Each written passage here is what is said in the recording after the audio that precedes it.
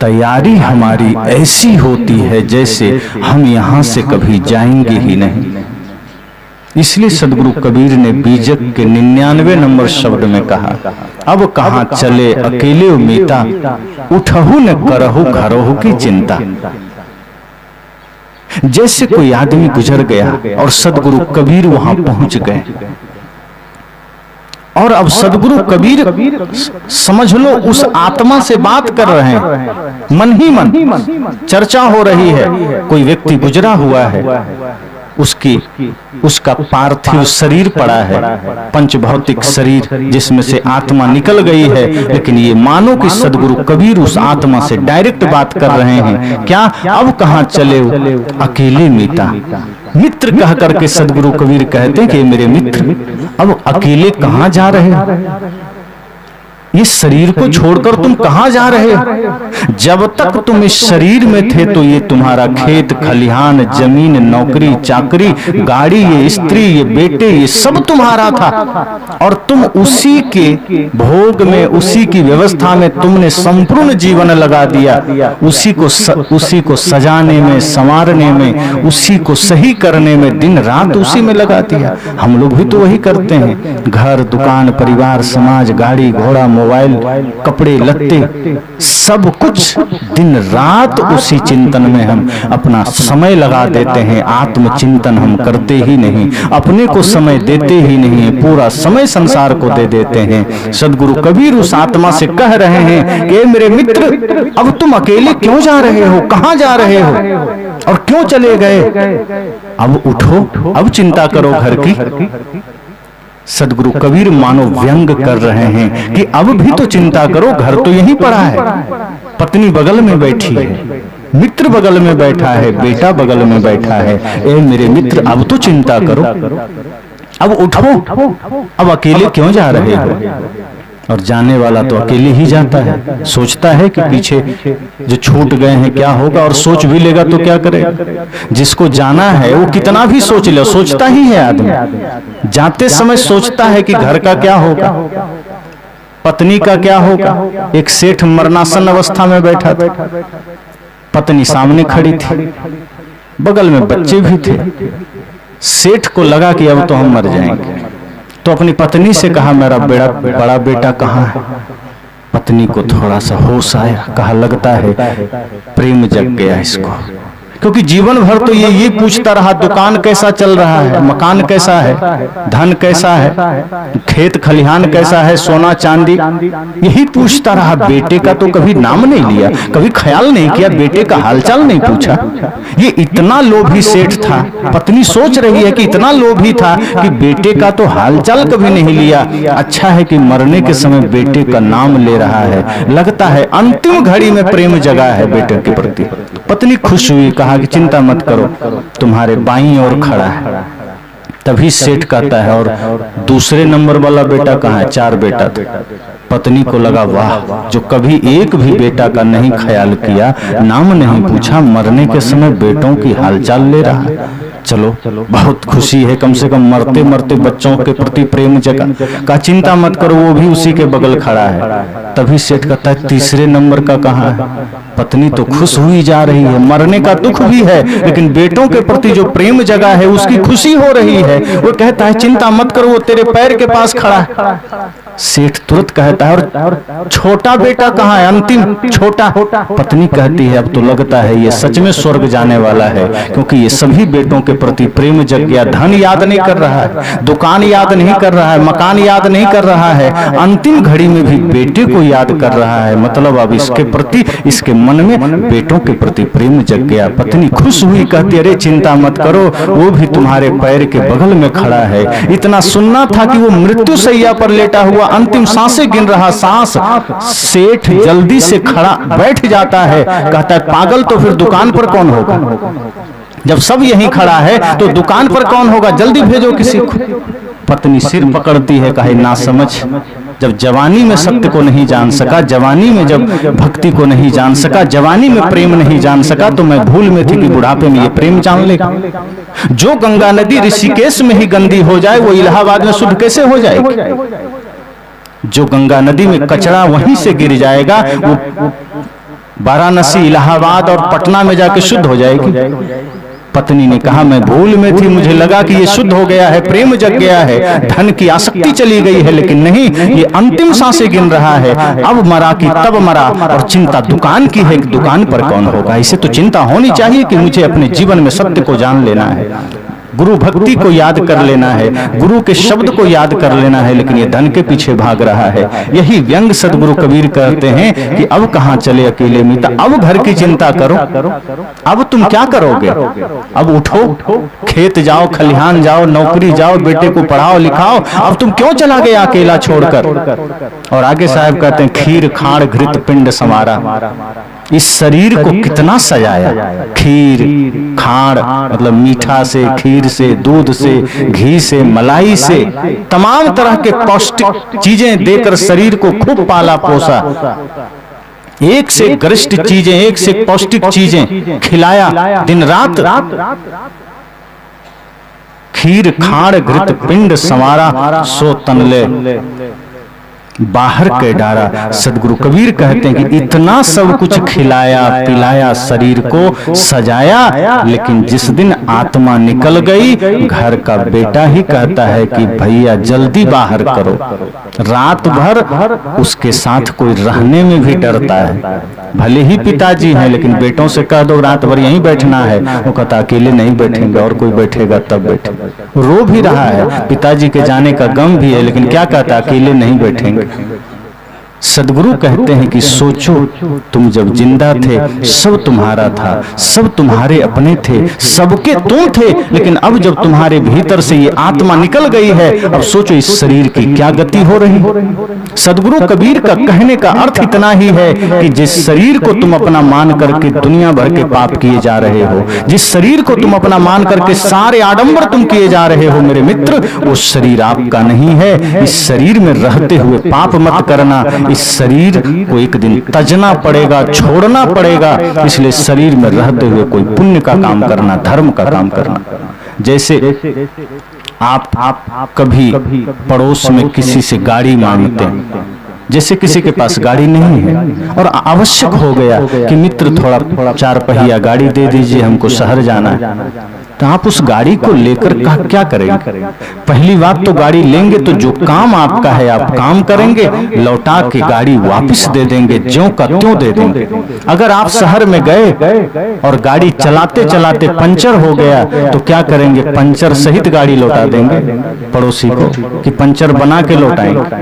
और कहीं बॉडी में कोई डेंटिंग आ गया है तो पेंट करा के देंगे, खरोंच लग गया ठीक करा के देंगे। सदगुरु कबीर कहते हैं इसी तरह प्रकृति ने ये शरीर रूपी गाड़ी आप सबको दिया है, आप इसका सदुपयोग करना, बांध के मत रखना, शरीर में मोह मत कर लेना। ये मात्र साधन है, इससे भवसागर पार होना है और इसका कोई उपयोग नहीं है। अगर आपने इसका उपयोग नहीं किया तो एक दिन मृत्यु छीन लेगी और इसका नाश हो जाएगा। इसलिए जब तक शरीर है समझना कि ये तो नश्वर है, मिटने वाला है। हम इस शरीर रूपी नाव में, वाहन में सवार होकर संसार सागर से पार हो जाएं और शरीर में कोई दाग लगे बिना प्रकृति को लौटा दें। तो सदगुरु कबीर कहते हैं कि कितना भी शरीर को सजा के रखे हो, कितना भी शरीर को खिलाए पिलाए हो, एक दिन जब इससे आत्मा निकल जाएगी तो अपने ही लोग घर से बाहर कर देंगे। आगे साहब कहते हैं जेहि सिर रची रची बांधे उपागा, सो सिर रतन विडारत कागा। सदगुरु कहते हैं जब जिंदा थे तो सिर में पगड़ी बांधते थे, हम भी बांधे हैं, आप सब भी बांधते हैं।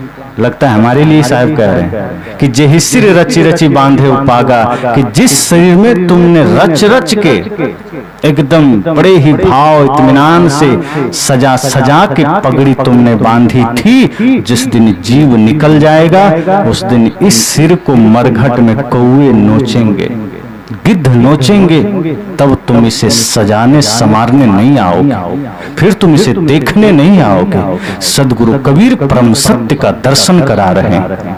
सदगुरु कबीर कहते हैं मृत्यु से डरना नहीं, आप डरोगे तब भी मृत्यु होगी, तो डरना क्यों? और पहली बात तो आपकी मृत्यु ही नहीं होगी, इस शरीर की होती है। आप अजन्मा हैं, अखंड हैं, अविनाशी हैं, नित्य हैं। सदगुरु कबीर कहते हैं ये जीव नहीं मरता, आत्मा नहीं मरती, इस शरीर मरता है। तो ये तो भ्रम ही छोड़ दीजिए कि आप और हम मरेंगे। इस शरीर बिछुड़ेगा, शरीर मिटेगा, आप नहीं मिटेंगे। लेकिन शरीर में हम इतनी आसक्ति कर लेते हैं कि लगता है जैसे हम ही मर रहे हैं। इस शरीर मात्र हमारा घर है, हम इसमें निवास करते हैं। घर का छूटना हमारा छूटना नहीं है। हम तो रहेंगे तब भी जब ये शरीर है, शरीर नहीं है तब भी शरीर है, तब भी हम तो रहेंगे। सदगुरु कहते हैं कि जिस तरह से सिर में पगड़ी बांधते थे, टोपी पहनते थे, एक दिन ऐसा आएगा कि वो सिर खंडित होगा, एक दिन वो सिर ठोकरे खाएंगे। इसलिए सदगुरु कबीर कहते हैं कि आगे फिर क्या होगा? हाड़ जरे जस जंगल लकड़ी, केस जरे जस घास की पूली। साहब कहते हड्डी कैसे जलेगी? जो लोग मरघट गए होंगे देखे होंगे, जैसे लकड़ियां अभी देखो भट्ठी में जल रही है, इसी तरह ये हड्डी जल जाएगी। शरीर की नश्वरता को जानिए, कोई विकार मन में नहीं रहेगा। सदगुरु कबीर कहते हैं शरीर की नश्वरता को जानो, शरीर की क्षणभंगुरता को जानो।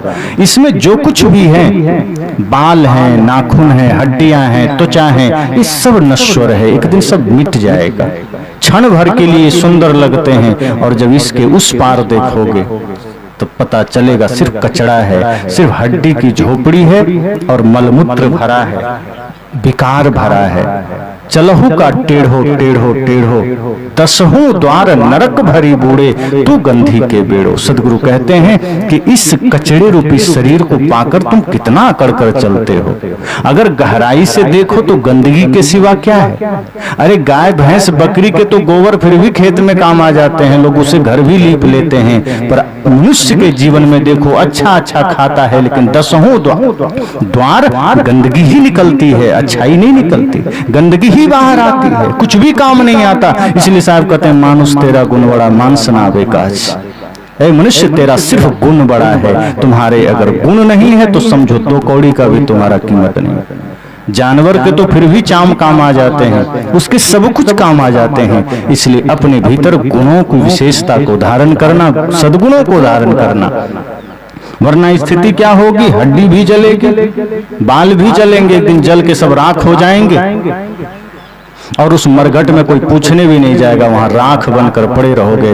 पानी में डाल देगा तो मछली और कछुए खा जाएंगे, आग में डाल देगा तो राख बन जाओगे, मिट्टी में डाल देंगे तो कीड़े खा जाएंगे। यही शरीर की दशा होनी है।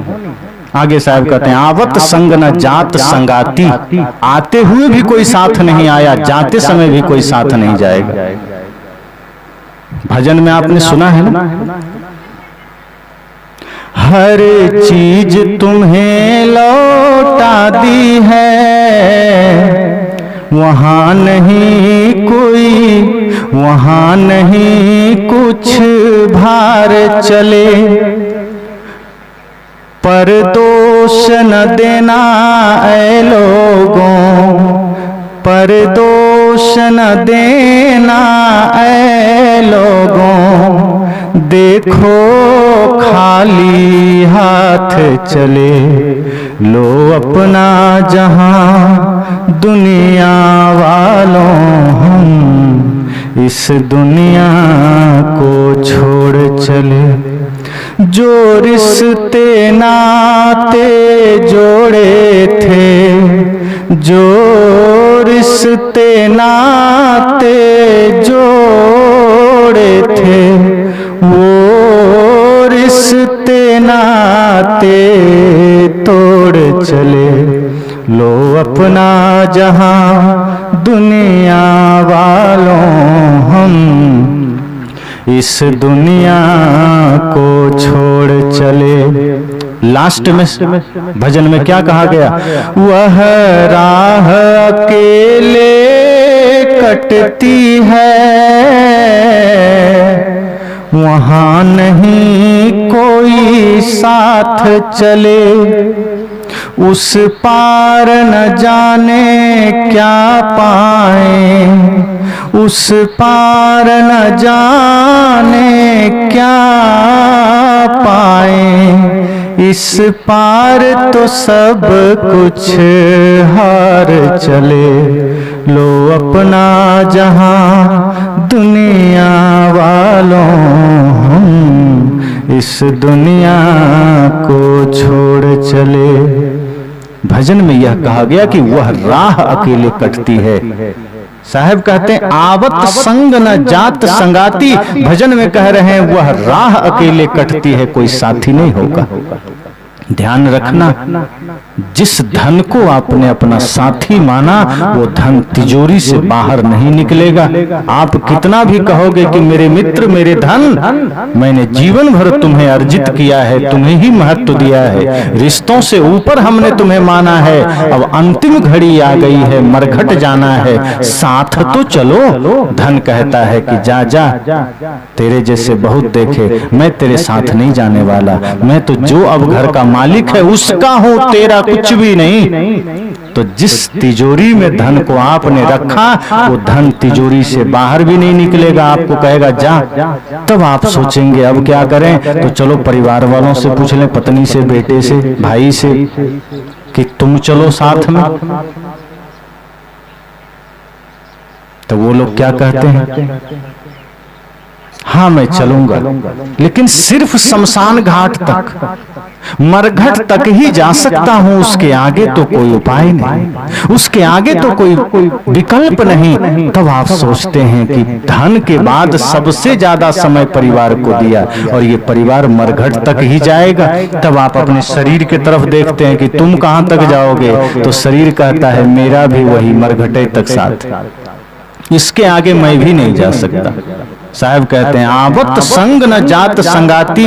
अब ध्यान देना, आते समय भी अकेले आए थे और जाना भी अकेले होगा, शरीर भी इसी मरघट में जाकर के साथ छोड़ देगा। तब आत्मा बिलखती है, रोती है कि अब कौन साथी है।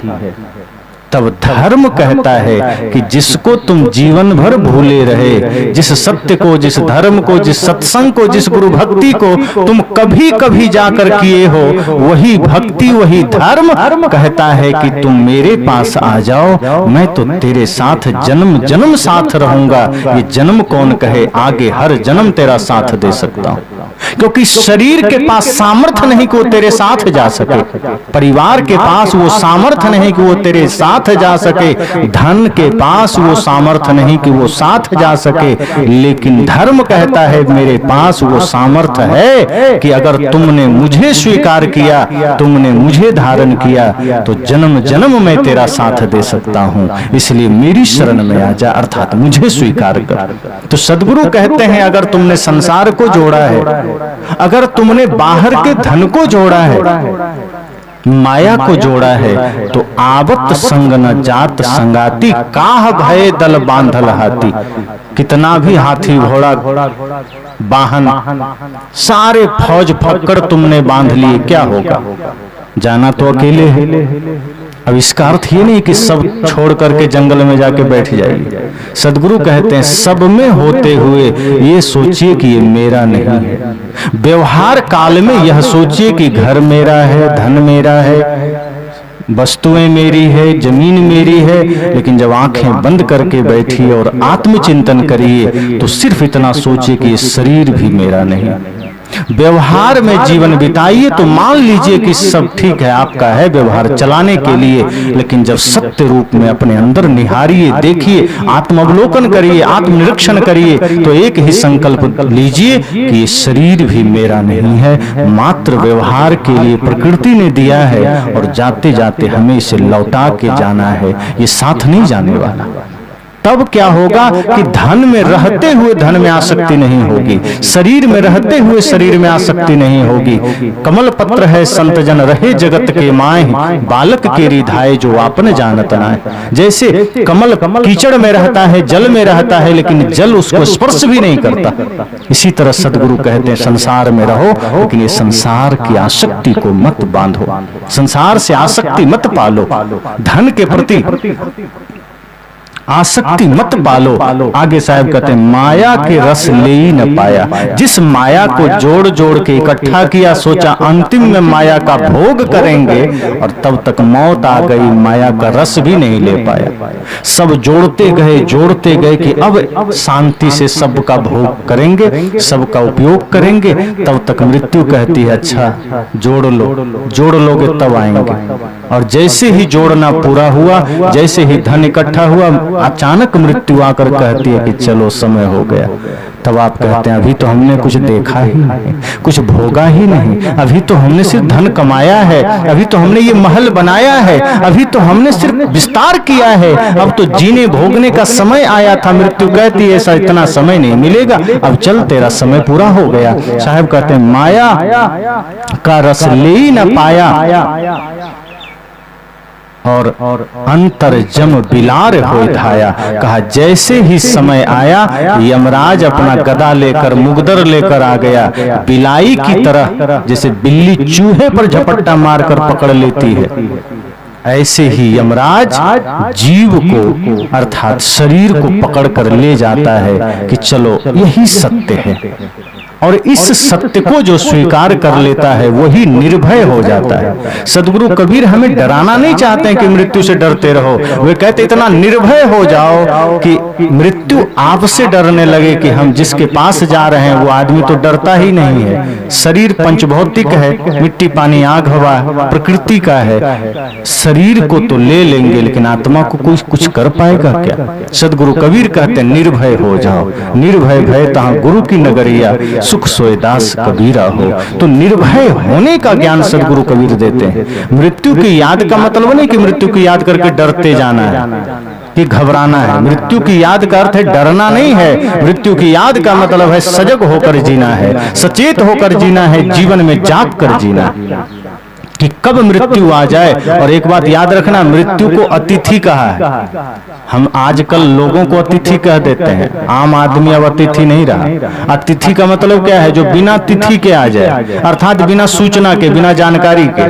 अब आदमी अतिथि रहा ही नहीं। आदमी तो चलता भी नहीं है, वहीं से मैसेज कर देता है मैं आ रहा हूँ, वीडियो कॉल कर दिया, लोकेशन भी भेज देता है। अब आप देखते रहिए मोबाइल में कहाँ कहाँ आया, तो उसको अतिथि नहीं कह सकते, उसको आगंतुक कह दीजिए, मेहमान कह दीजिए। लेकिन मृत्यु अभी भी अतिथि ही है, अर्थात वो बिना तिथि के, बिना सूचना के आती है। सदगुरु कबीर कहते हैं कि मृत्यु रूपी अतिथि जीवन में आने को तैयार है। पता नहीं है किस तिथि को आ जाए, पता नहीं किस घड़ी को आ जाए। इसलिए जैसे आप मेहमान घर आ जाए तो घर आंगन साफ रखते हैं, घर की तैयारी रखते हैं, बिस्तर तैयार रखते हैं, भोजन तैयार रखते हैं, इसी तरह से मृत्यु रूपी अतिथि घर में आने वाली है। शरीर को ले जाने के लिए शरीर अर्थात अपने भीतर भी तैयारी रखना, हृदय में जो कचड़े हैं साफ कर लेना, हृदय में जो गंदगी है उसे पवित्र कर लेना।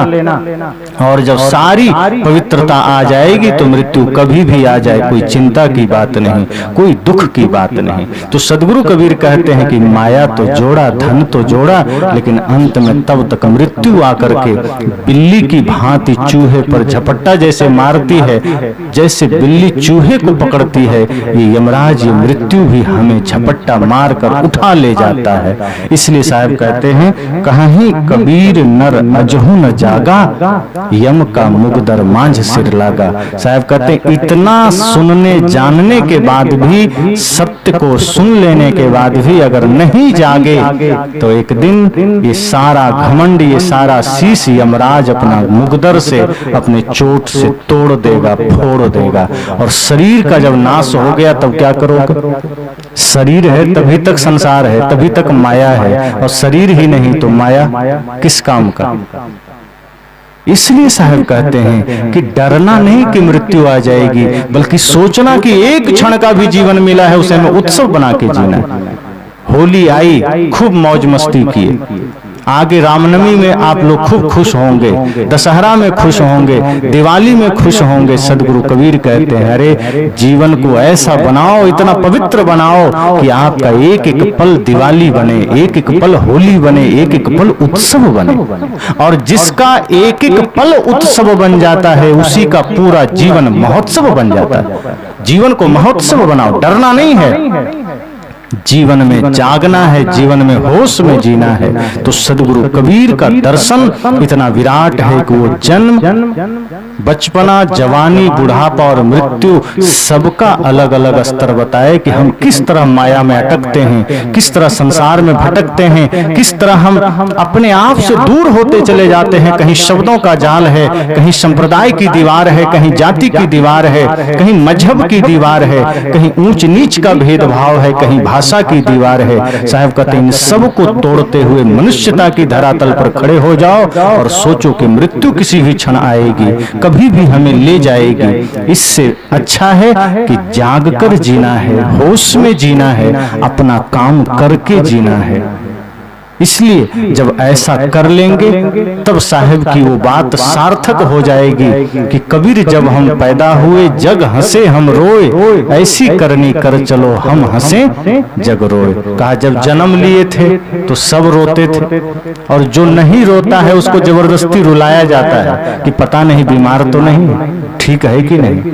साहिब कहते हैं जब जन्म लिए तो रोते थे, मजबूरी थी, आप रोए थे, संसार हंसा था, लेकिन अब जीवन में कोई मजबूरी नहीं है। अब सिर्फ मूर्खता ही है जो हम जीवन भर पछताते हैं और मरते वक्त भी रोते रोते जाते हैं। सदगुरु कबीर कहते हैं जन्म लिए हो रोते रोते, अब जीवन को ऐसा बनाना कि आप हंसते हंसते जाओ और लोग रोएं। आप रोए थे तो लोग हंसे थे, अब ऐसा कर्म करना कि आप हंसें लोग रोएं, तब जीवन की सार्थकता है। इसलिए साहब कहते हैं आए हैं सो जाएंगे राजा रंक फकीर, एक सिंहासन चढ़ चले एक बंधे जात जंजीर। कहते हैं अगर अच्छा कर्म करोगे तो सिंहासन पर चढ़कर जाओगे, सम्मानित होकर जाओगे, और बुरे कर्म करोगे तो गालियां खाओगे, जंजीरों में बंद कर जाओगे, अपमानित होकर जाओगे। इससे अच्छा है सम्मान पूर्वक जीवन को जिए, मनुष्यता से प्रेम करें, एक दूसरे से प्रेम करें, माता पिता गुरु में श्रद्धा रखें, जो प्रथम दिन से जो संकेत संतों ने दिया है। सबके भीतर परमात्मा का दर्शन करें, सबके भीतर जब आप परमात्मा का दर्शन करेंगे तो ये होगा ही तभी जब मन निर्मल होगा। मन गंदा होगा तो पिताजी में भी परमात्मा नहीं दिखेगा, मन गंदा होगा तो माँ में भी भगवती नहीं दिखेंगे। जब मन निर्मल होता है तब कहीं परमात्मा दिखते हैं। तो पहली बात यह याद रखना है कि जीवन थोड़ा है, न जाने कब किससे कौन बिछुड़ जाए। तुलसी या संसार में भांति भांति के लोग, सबसे हिलमिल चालिए नदी नाव संजोग, पता नहीं कब कौन बिछुड़ जाए। हम लोग भी आज विराम करके कल निकल जाएंगे, फिर दोबारा कब आएंगे पता है। तो जीवन में कब कौन किससे कहां मिले न मिले, मिल पाए न मिल पाए कोई गारंटी नहीं, लेकिन जो ज्ञान जो शब्द हमें मिले हैं वो हमारे जीवन को कीमती बना देंगे। हम 1000 साल नहीं जिएंगे, 10,000 साल नहीं जिएंगे, हमारा शरीर अमर नहीं हो सकता है, लेकिन गुरुजनों की वाणियों को अगर हमने जीवन में उतार लिया तो हमारा कर्म जरूर हमें अमर बना देगा, हमारी रहनी जरूर हमें अमर बना देगा। फिर शरीर भले मिट जाए लेकिन हम अमर हो जाएंगे, हमारा भी नाम अमर हो जाएगा। इसलिए हम सब सचेत रहें। कितना बढ़िया अवसर दिया हमारे कणाराम जी ने, 5 दिन का सत्संग, भोजन भजन दोनों, और इस तरह से प्रतिदिन ज्ञान की धारा बहती रही, ज्ञान की सरिता में आप सब डुबकी लगाते रहे। ये सत्संग अंतिम चरण में है, विराम की ओर है। सब यहाँ से धीरे धीरे भोजन पाके चल देंगे, लेकिन जो बातें संतों ने कही है, जो मैंने कही है, इस पर चिंतन जरूर करना, क्योंकि चिंतन करके जब इसे आप धारण करेंगे तो ये 5 दिन का सत्संग आपके जीवन के प्रश्नों का उत्तर बनकर जाएगा। अगर आप इस पर चिंतन करेंगे तो यह 5 दिन का सत्संग आपके जीवन की समस्याओं का समाधान बनकर जाएगा। और ये त्रिवेणी संगम यही तो है जहां ज्ञान भक्ति वैराग्य की धारा एक साथ बही है। और जब उस धारा में हम डुबकी लगाएंगे तब कणाराम जी का ये सत्संग, ये यज्ञ सफल होगा, सार्थक होगा। कितना उदार हृदय है, दिल खोल कर उन्होंने भजन और भोजन दोनों का प्रबंध किया है। हम सब उनका मान रखते हुए भोजन भी प्रसाद स्वरूप समझिए। भंडारे का भोजन भोजन नहीं होता, प्रसाद होता है। और कहीं का भोजन होता है तो वो प्रसाद भी आपके जीवन में सकारात्मकता ही लाएगी। और ये सत्संग तो जीवन में जरूर उच्च आदर्शों को स्थापित करने का काम करेगा। तो सदगुरु कबीर का एक भजन के साथ वाणी को विराम दूंगा, क्योंकि हम सब भी चल देंगे, शरीर भी ना जाने कब किसका कहाँ चल दे। आत्मा और शरीर की विदाई के बाद जो चित्रण है सदगुरु कबीर ने इसमें किया है कि जब शरीर से आत्मा निकल जाती है तो क्या वार्तालाप हुआ है दोनों में, वही है। प्राण चलत काया कहे रोई, प्राण चलत काया कहे रोई, सुनो हंसा मेरे साईं, तुम तो हंस चले घर अपने, तुम तो हंस चले घर अपने, हम कहाँ जायब बिगोई,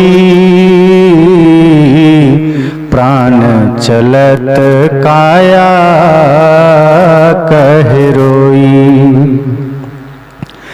काया पाय बहुत सुख किन्हा, काया पाय बहुत सुख किन्हा, नित उठी मल मल धोई, नित उठी मल मल धोई, सो तन छिय छार होई जई है, सो तन छिय छार होई जई है, नाम नाली है कोई, प्राण चलत काया कहे रोई, सुनो हंसा मेरे साईं, तुम तो हंस चले घर अपने, हम कहाँ जायब बिगोई, प्राण चलत काया कहे रोई, प्राण कहत सुन काया बोरी, प्राण कहत सुन काया बोरी, प्राण काया से क्या कह रही है, प्राण कहत सुन काया बोरी, मोर तोर संग न होई, मोर तोर संग न होई, तेहि अस्मित्र बहुत मैं त्यागा, तेहि तेहि अस्मित्र बहुत मैं त्यागा, संग ना दिन्हा कोई, प्राण चलत काया कहे रोई, सुनो हंसा मेरे साईं, प्राण चलत काया कहे रोई, लट छिटकाए तिरिया रोवे, बाह पकड़ के भाई, बाह पकड़ के भाई, आंगन बैठी के माता रोवे, आंगन बैठी के माता रोवे, हंस अकेला जाई,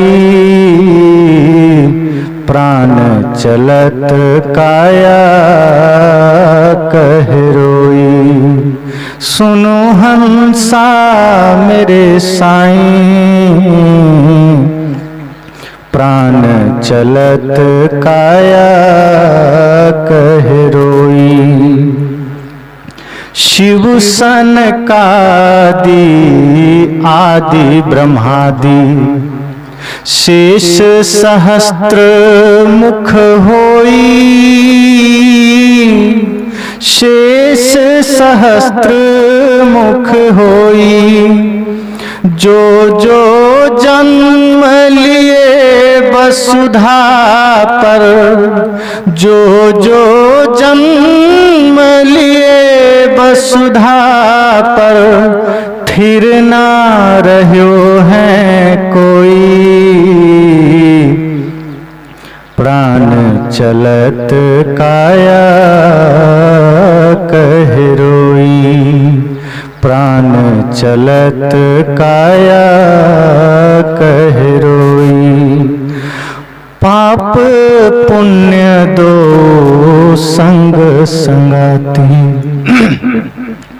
पाप पुण्य दो संग संगाती। समुझ देख नर लोई, समुझ देख नर लोई।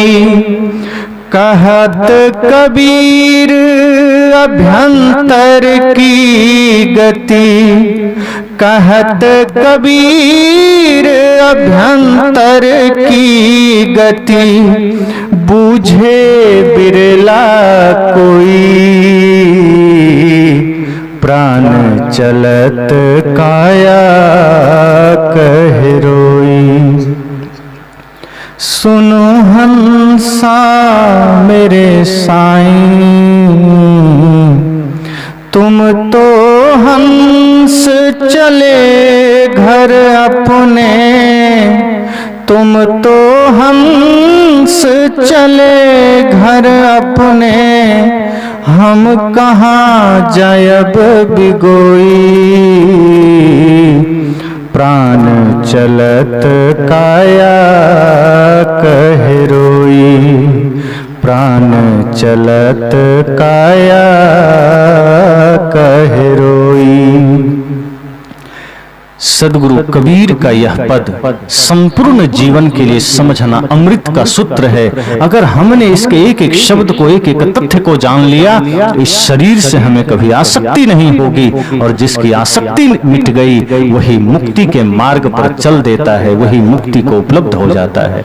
तो मैंने 5 दिनों में बहुत सी बातें जो सदगुरु कबीर के ही हैं, जो महापुरुषों के हैं, मैंने आपके बीच रखे हैं। आपको जो बातें अच्छी लगी, जो बातें आपके जीवन के लिए उपयोगी लगी, निश्चय ही आप उसे अपने जीवन का हिस्सा बनाएं, अपने आचरण से जोड़ें, अपने विचारों से जोड़ें। और अगर एक शब्द भी अपने जीवन में आप उतार लेंगे, समझना आपकी ये यात्रा सफल हुई, आपका ये सत्संग सफल हुआ। और यदि बिना कुछ किए चले गए तो सदगुरु कबीर फिर कहते हैं, भजन बिना नर बाबरे तूने हीरा जन्म गंवाया।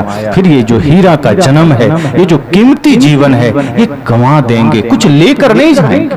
सब छूटेगा, सब यहीं रहेगा, लेकिन अगर कुछ लेकर जाना है, अच्छी कमाई लेकर जाना है, अच्छे विचार लेकर जाना है, यही आपका समझना सच्चा साथी है। तो बहुत बहुत शुभकामनाएं। आपने मेरी बातों को बड़े ध्यान से सुने और सबसे ज्यादा शुभकामनाएं हमारे कणाराम जी को।